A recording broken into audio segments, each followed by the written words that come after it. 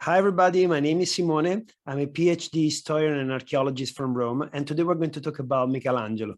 In particular, we're going to talk about the moment when he entered the city of Rome for the very first time. It was 1496. He was 21 years old.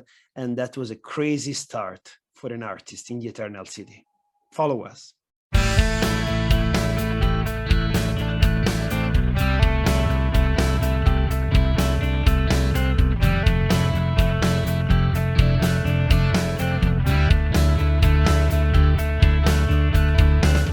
And now it's time for me to show you the city of Rome. I'm so proud to show you this beautiful overview of the city. We are living in Florence. We are flying southward now, and we are getting the city of Rome. This is a magnificent aerial view, satellite view of the city of Rome. And just to give you an orientation, this is the Tiber River in the middle. This is the Vatican City with the Sistine Chapel and St. Peter, where Michelangelo spent many years of his life. This is the Colosseum in the ancient area, where Michelangelo was walking just to be inspired by the ruins, to copy the ruins. And this is the city center where we have the Pantheon, the Spanish Steps are here, Trevi Fountain. Remember that Spanish Steps and Trevi Fountain didn't exist at the time of Michelangelo. They were made later, okay? And then this is also the area where there were many buildings, cardinals' palaces, noblemen palaces. Michelangelo was working also for these wealthy people. So he spent many years of his life living in this area until he got a house. So this is just an introduction to the city. Now, I'm going to show you a building. This building is magnificent. If you will ever come to Rome, give me a call. I want you to go to the Cancelleria's Palace, okay? It's this building here. This is a picture of the internal courtyard. Michelangelo came to Rome and he started living in this palace. For 3 years, Michelangelo's residence was this palace. Why? The story is very interesting and very shocking, in my opinion. Look at this picture. This man is a cardinal. His name is Cardinal Raphael Riarius. He's not Raphael the artist. He's another man, okay? He was a cardinal. He was a very wealthy man. He was the nephew of Pope Sixtus. Who is Pope Sixtus? He's the Pope of the Sistine Chapel. So try to imagine, you are a cardinal, you are the nephew of the Pope that built the Sistine Chapel. In my opinion, you are very rich and very important. The cardinal wanted to build that palace, okay? He needed money. Part of the money were given by the Pope and his family. The other 50% of the money needed, Cardinal Riarius was a wonderful gambler, and he used to play dice. In one single night, he was able to play dice, and he won the equivalent of today about $6 million in one night playing dice. Who was playing dice with? Not with me, of course. With me, was going to win probably $6.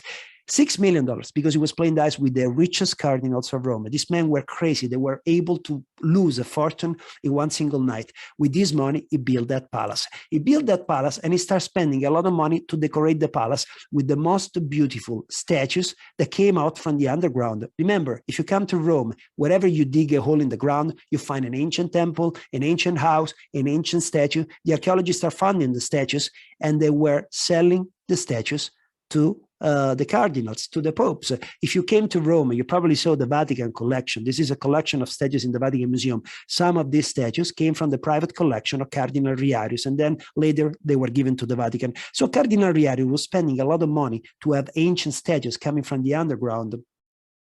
And he was paying 300 golden ducati for each of these statues. 300 golden ducati, $300. Now, how much was Michelangelo paid in Florence? Now, Michelangelo was about 17. How much was he paid for his statues? 20, 30 golden ducati. So the cardinal was spending 10 times more for the ancient statues. Michelangelo went crazy, say, hey, this is incredible. What can I do? How can I make those money? I want to make those money. I told you, money was an obsession.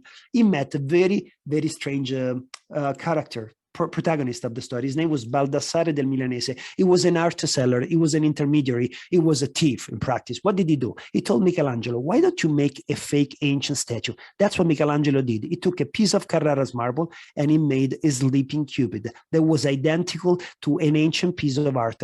Baldassare probably took the statue, he broke the marble a little bit, and he put it underground for a while to make it dirty in order to make that statue an original ancient Roman piece. And then he came to Rome, he met Raphael Riarius, and he told him, we found this statue. Are you interested? So beautiful. I buy it. And the cardinal paid 200 golden ducati for that fake Michelangelo statues that he fought being an ancient piece of art.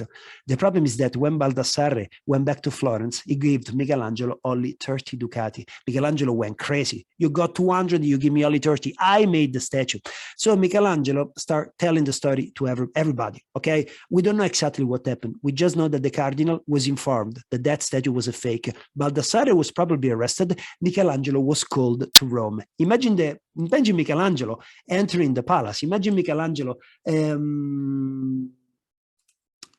getting there, entering the Cancelleria's palace I showed you before. So this palace, this very palace, this one, entering this courtyard here and thinking, oh my God, I'm not Michelangelo, as you can notice, my drawings are horrible, and thinking now they're going to kill me because they found out that I made a fake. No, the cardinal hired Michelangelo. He told him, you need a job because you are a star, you're a great sculptor. I would like you to work for me. So for the next 3 years, Michelangelo lived in one of the most beautiful buildings of Italy, and he was sponsored by a cardinal that he frauded, selling him a fake statue. That's unbelievable. The way Michelangelo's career began in Rome. He started making many statues for the cardinal and his friends. He started collecting money. For example, he made a wonderful Bacchus that we still have, this one, that was paid 150 golden fiorini. Now it was getting better, okay? 5 times the money he got before. Michelangelo started making money on his art. When he was only 22 years old, he got the first important commission of his life,